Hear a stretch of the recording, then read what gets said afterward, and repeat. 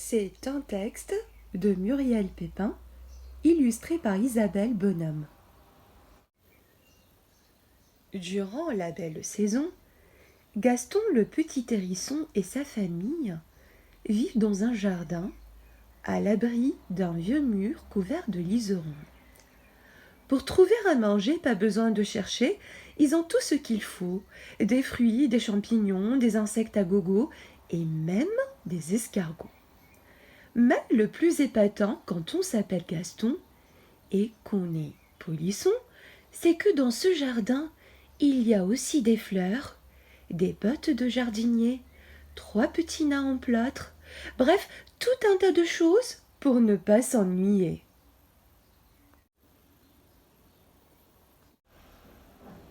Car Gaston est un farceur qui adore se déguiser pour amuser ses frères et sœurs. 3 tulipes cueillies à coups de dents et plantées sur ses piquants, le voilà pique-fleur. Bravo, bravo, disent les petits spectateurs.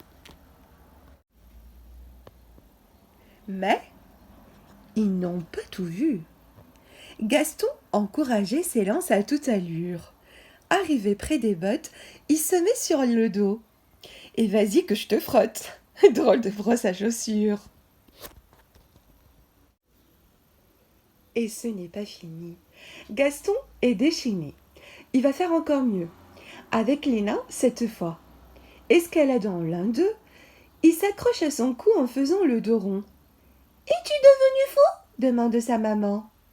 « Non, maman, pas du tout, » répond le polisson. « Je suis une barbe au menton. » Et ses frères et ses sœurs, qui n'avaient jamais vu un nain aussi barbu, rient tous comme des bossus. Hélas, quand les jours gris reviennent, il faut déménager, quitter le beau jardin pour chercher dans les bois un abri plus profond où l'on n'aura pas froid. On voyagera de nuit car il faut traverser la route et, dans la journée, les hérissons risquent de se faire écraser. « Nous partirons ce soir, » explique la maman. « Mais, gare au hibou, mes enfants, ce vieux fou ne rêve que de manger l'un d'entre nous. » Dès la nuit tombée, la famille hérisson défile en rang d'oignons, le plus grand en tête du peloton et maman à la fin pour surveiller Gaston. Il est si étourdi. Tout va bien, cependant. Traverser la route est un jeu d'enfant. Mais une fois dans la forêt, commence le vrai danger. « Pas un bruit, mes petits, » dit maman. « Le hibou entend tout. » Hélas, à peine a-t-elle fini de parler que Gaston pousse un cri, effrayé par un papillon de nuit. Alors c'est la panique, tous s'enfuient en courant dans un bruit effrayant. Et le hibou rapplique. Gaston, sans réfléchir, a quitté le sentier et le voilà tout seul au bord d'un champ de blé. Et le hibou est là, prêt à le dévorer.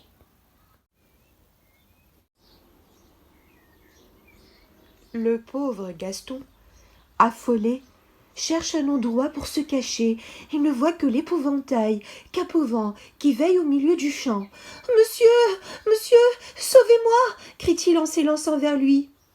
Le hibou, lui, n'est pas né de la dernière pluie. Il sait bien que le vieux pantin déguisé ne peut rien. Il suit Gaston en ricanant, sans se presser, sûr que ce petit hérisson, de rien du tout, ne risque pas de lui échapper. Mais, soudain, un coup de vent arrache le chapeau de l'épouvantail et le pose tout droit sur le dos piquant de Gaston. Le hibou fait les yeux ronds et ne comprend plus rien. Il poursuivait un hérisson et voilà un chapeau qui court tout seul au milieu des blés. Il se croit devenu fou et s'enfuit en criant « Ouh, ouh, ouh !»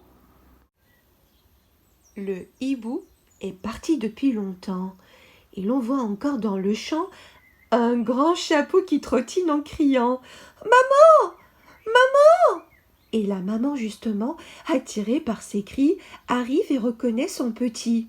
« Mon Gaston, dit-elle soulagée, tu es un polisson. On te croyait en danger et tu t'es encore déguisé. Gaston voudrait tout expliquer, mais ce serait trop long.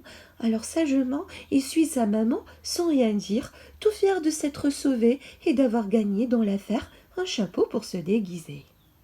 Cerise sur le gâteau, voici quelques informations concernant le hérisson. Cette grosse boule de piquant, est-ce une châtaigne géante? Non, c'est un hérisson. Lorsqu'il est effrayé, le hérisson se met en boule, escamotant complètement ses pattes et son museau sous ses piquants. À sa naissance, le hérisson est blanc et ses piquants sont mous. Il tombe quand le petit grandit pour laisser place aux autres, gris foncé et très durs. Les hérissons sont très rusés. En se roulant sur des fruits tombés, ils les ramassent avec leurs piquants, qui leur servent aussi de matelas quand ils doivent sauter de haut. L'été, les hérissons habitent dans les buissons, dans le trou d'un vieux mur ou dans des tas de foin. L'hiver, ils s'abritent dans un tas de bois, sous le plancher d'une écurie ou dans un terrier de lapin abandonné pour ne pas avoir froid. Le hérisson mange des insectes, des escargots, des chenilles, des serpents, des crapauds, des grenouilles, mais aussi des fruits et des champignons. Et enfin, il est mangé par les putois, les buses, les sangliers, les renards, mais ses plus grands ennemis sont le grand-duc, un hibou redoutable, et les routes où il se fait souvent écraser. Et voilà, bien qu'il soit mignon et apprécié de tous, notamment des enfants, les hérissons ne sont pas à l'abri des dangers et malheureusement ils subissent, comme toutes les créatures du reste, la loi de la sélection naturelle et de la chaîne alimentaire. J'espère en tout cas que vous avez apprécié la lecture de ce livre. Quant à moi, je vous dis au revoir et à la prochaine histoire.